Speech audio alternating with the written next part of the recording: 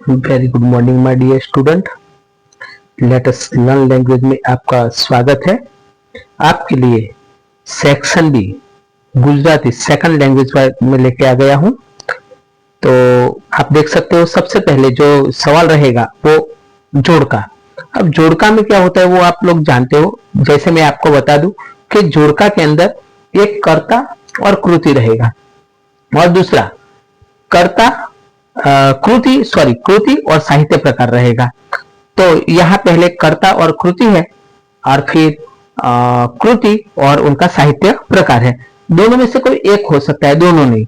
आप देख सकते हो कि परोपकारी मनुष्य, उनके जो लेखक है विद्याबहन नीलकंठ। सिंह मृत्यु ध्रुव पटेल।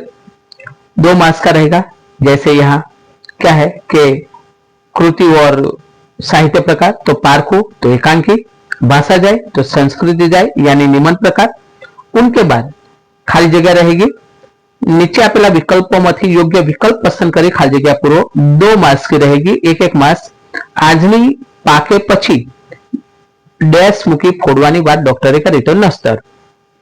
ખાલી જગ્યાની એ પ્રાર્થના વિશ્વવિખ્યાત છે यानी ઉપનિષદની। સવારે સિંહના નશ્वर દેહને અવ્વલ મંજિરે પહોંચાડવામાં આવે। तो आप देख सकते हो नश्वर यहाँ दिया हुआ है। उनके बाद के डैश मारवानी हिंसा थी हूं तने उगाड़ू छू तो माख आंसर है। अब एक वाक्य वाले सवाल रहेंगे, सिर्फ एक ही मास का रहेगा और आपको लिखना एक ही है। एक ही पूछा जाएगा कि मोहनना पिताનું નામ શું હતું? तो मोहनना पिताનું નામ रामशंकर હતું। ઉપનિષદોની વિશ્વવિખ્યાત પ્રાર્થના કઈ છે? તો અસત્યોમહેથી ઉપનિષદની વિશ્વવિખ્યાત પ્રાર્થના છે। લેખકની કોઈએ આંધળી મટાડવા શી સલાહ આપી? तो सीरो खावानी सलाह। इतना भी आप लिख सकते हो। सिंह कई नदी में पड़े? तो हिरण नदी में पड़े। उनके बाद 2-3 वाक्य वाला उत्तर यानी 2 पूछा जाएगा, एक करना है 2 मास। लेखक ने कोनो उपाय वधारे गम्यो शा माटे?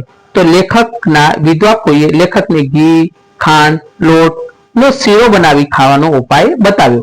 कोईनु लाल चणोठी जेवुं शरीर जोता तेमने उपाय वास्तविकपणुं समजाव्युं, તેથી लेखक ने વધારે उपाय गम्यो। यानी बुआ का जो शरीर था एकदम कैसा बहुत अच्छा लाल था, अच्छा था, हुष्ट-फुष्ट था, इसलिए उनको लगा कि नहीं कि बुआ की बातों में दम है, इसलिए उन्होंने, और लेखक को क्या है सीरा भी अच्छा लगता था, हलवा सीरा मीन्स, इसलिए उनको ज्यादा पसंद आया। परदेश जवामां लेखक ने कयो गैरलाभ देखाय छे? तो परदेश जवामां लेखक ने माँ बाप नो वियोग, काम नो अतिरेक, ओछું कौटुंबिक जीवन, लघुमतीना जोखमों, संस्कृतिनो हास वगैरह गैरलाभो देखाय छे। साथे भाषा अने संस्कृतिनु जसे तेनु नुकसान पण देखाय छे। यानी परदेश में जाएंगे तो माता पिता का वियोग, मतलब माता पिता से दूर हो जाएंगे, परिवार से दूर हो जाएंगे। लघुमती जोखम मतलब वहां हल्के काम करने पड़ेंगे, संस्कृति चली जाएगी और वह हमारा नुकसान होगा। फिर शासन अने आजूबाजूना गामों બંધ શા માટે પાડ્યો હતો? તો સિંહ અકાળ મૃત્યુના બનાવ વિશે કોઈને જાણ્યું અને અરેરાટી વ્યક્ત કરી, मतलब शेर मर गया। अब वो शेर तो मर गया लेकिन क्या है कि उनका दुख वहां के लोगों को हुआ और उनकी आत्मीयता यानी सिंह प्रत्येની આત્મીયતા હોવાને લીધે અંતિમ સંસ્કાર નિમિત્તે શાસન અને આજુબાજુના ગામના લોકોએ બંધ પાડ્યો। मतलब उनके शेर के प्रति बहुत प्रेम था, इसकी वजह से उन्होंने क्या किया कि आजू बाजू के लोगों ने अपने काम धंधा बंद रखा। अब आगे और देख सकते हो कि अनिरुद्ध डॉक्टर पीयूष ने शा माटे पोतानो उपकार मानवा कहे छे? तो अनिरुद्ध डॉक्टर पीयूष रायजी लखवानुं बोलवानुं नहीं एम जणावे छे। यानी वो बताता है कि ये तो नेम प्लेट पर लिखना है डॉक्टर पीयूष रायजी, ऐसा नहीं कि डॉक्टर पीयूष रायजी मुझे बुलाना है। और इस तेम न जणावे तेथी डॉक्टर पीयूष नो उपकार माने छे, मतलब इसलिए उनका उपकार मानते हैं।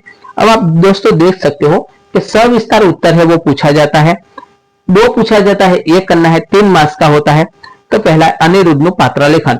तो अनिरुद्ध डॉक्टर पीयूष नो मित्र छे, डॉक्टर पीयूष बेकार छे ते अनिरुद्ध साची रीते जाणे छे, तेथी डॉक्टर पीयूष बड़ा साके छे त्यारे तेनुं डोकड़ुं परखावे छे। मतलब कहने का मतलब क्या है कि पीयूष का फ्रेंड है वो अनिरुद्ध, पीयूष बेकार है यानी उनको कोई काम धंधा नहीं, डॉक्टर तो है लेकिन कोई पैसा नहीं आते हैं और इसीलिए पीयूष क्या करता है, बहुत बड़ा बड़ा मतलब लंबी लंबी खींचता है, बातें बताता है, इसलिए उनको सीधी बात, नो बकवास बता देते हैं कि भाई तू पहले, तेरे काम में कोई क्या है कि पैसा ही नहीं है और तू फालतू में बैठा हुआ है।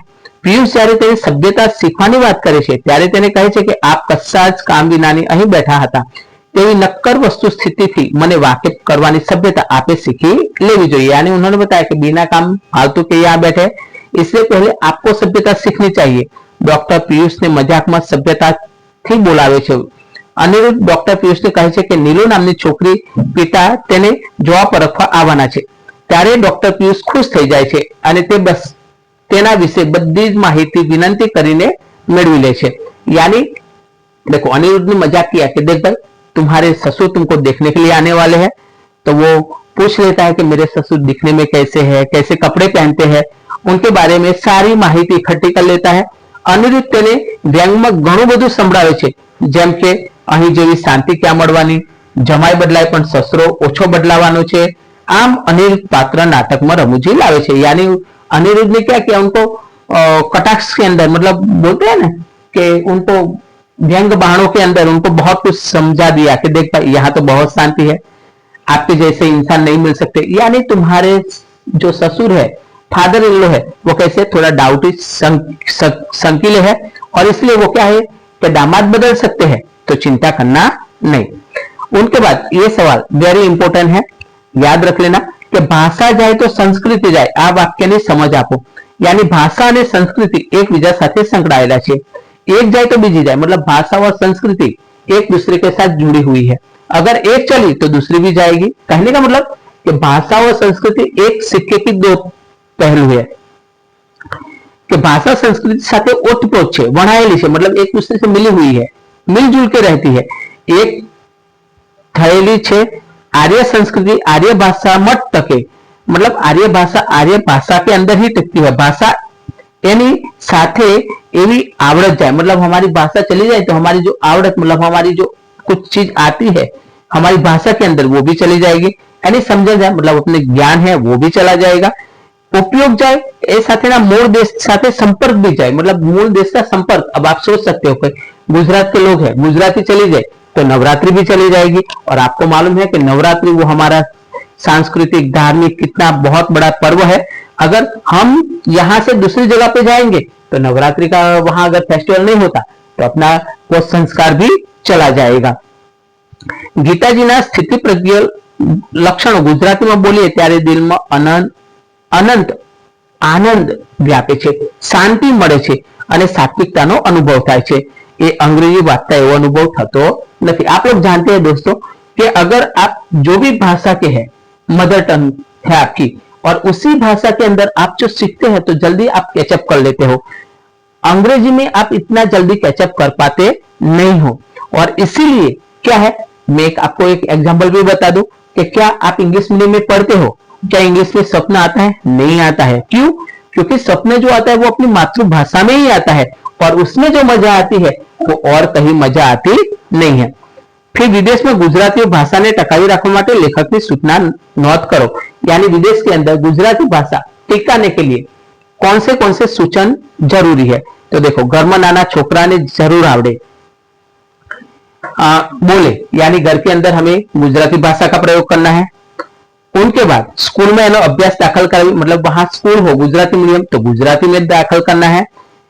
અને એ સ્કૂલ સમય પછી સ્કૂલના મકાનમાં ગુજરાતી ભણાવવા દેશની गुजराती मासिकों मंगाओ, मतलब उसी स्कूल के अंदर गुजराती में ही वहां कुछ एक आध घंटा बैठने के लिए मिल जाए, ट्यूशन मिल जाए तो वहां ही पढ़ाना है।